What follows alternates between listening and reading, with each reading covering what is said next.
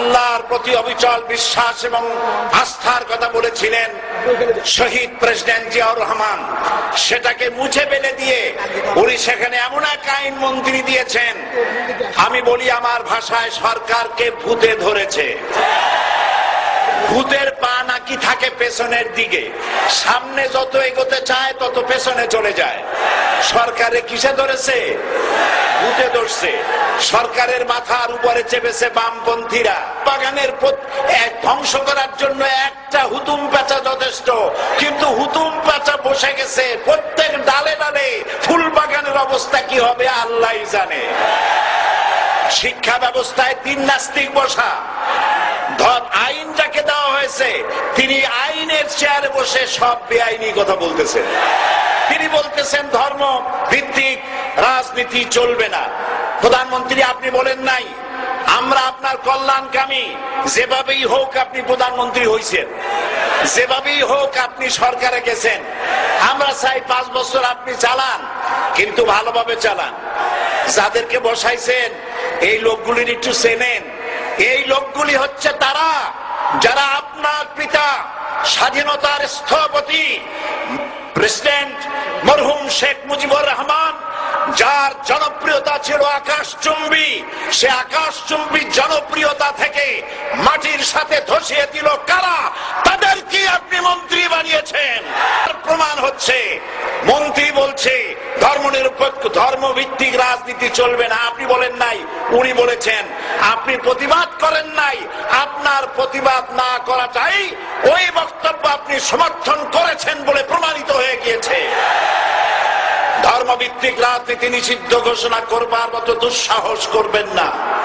ধর্মভিত্তিক রাজনীতি শুধু বাংলাদেশে নয়, ভারতে আছে, শ্রীলঙ্কা আছে, মালদ্বীপে আছে, অস্ট্রেলিয়া আছে, আমেরিকা আছে, নিউ গিনি আছে, অস্ট্রেলিয়া আছে, আমেরিকা আছে, ইউরোপে আছে, পৃথিবী। আইন পাশ করে নিষিদ্ধ করুন। সোনার ছেলেরা টেন্ডারবাজি করতে পারবে না, নিষিদ্ধ। মাস্তানি করতে পারবে না, মেয়েগুলারে SMS করতে পারবে না ফ্রি টক টাইমে, শয়তানি বদমাশি করতে পারবে না, ওজনে কম দিতে পারবে না, খাদ্যে ভেজাল দিতে পারবে না। এইসব নিষিদ্ধ করতে পারবে না। নিষিদ্ধ করার জিনিস পায় না, ধর্ম নিষিদ্ধ করে। তার মানে ধর্ম নিষিদ্ধ করতে পারলে বড় বড় বোতল খাওয়া যায়।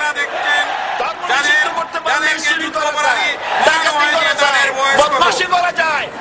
আমার সম্মানিত সেক্রেটারি জেনারেল বলেছেন ক্লাস 9 এর ছাত্রকে অস্ত্রের মামলা দিয়ে রিমান্ডে নেওয়া যায়।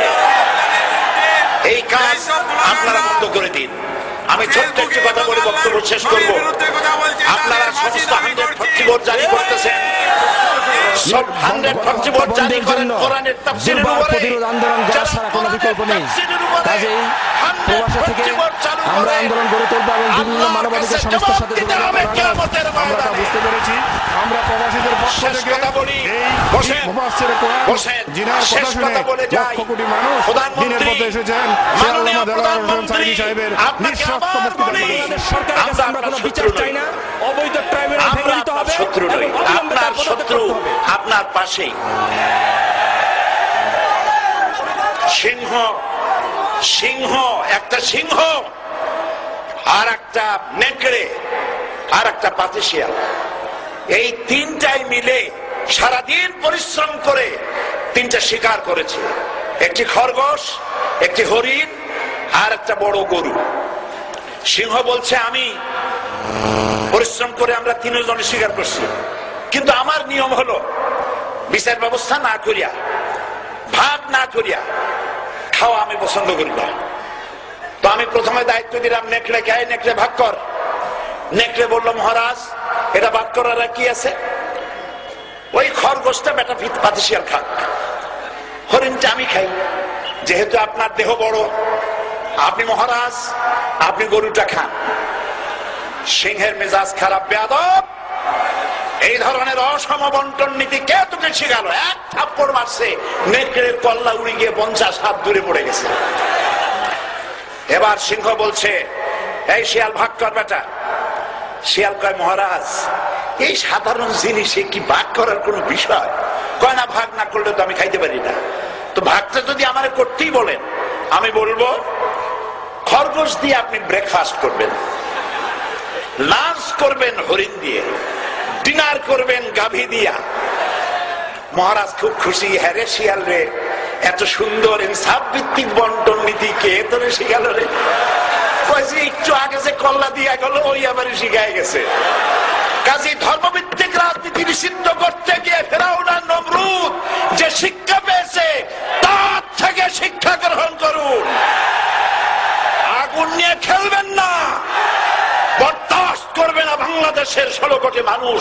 মুসলমান তো দূরের কথা, হিন্দু, খ্রিস্টান, বৌদ্ধ সব ধর্মপ্রাণ ধর্মভিত্তিক রাজনীতি নিষিদ্ধ করার মতো আগুন নিয়ে খেলা বন্ধ করুন, বন্ধ করুন। জনগণ মানবে না, মানবে না, মানবে না। আল্লাহ হাফেজ।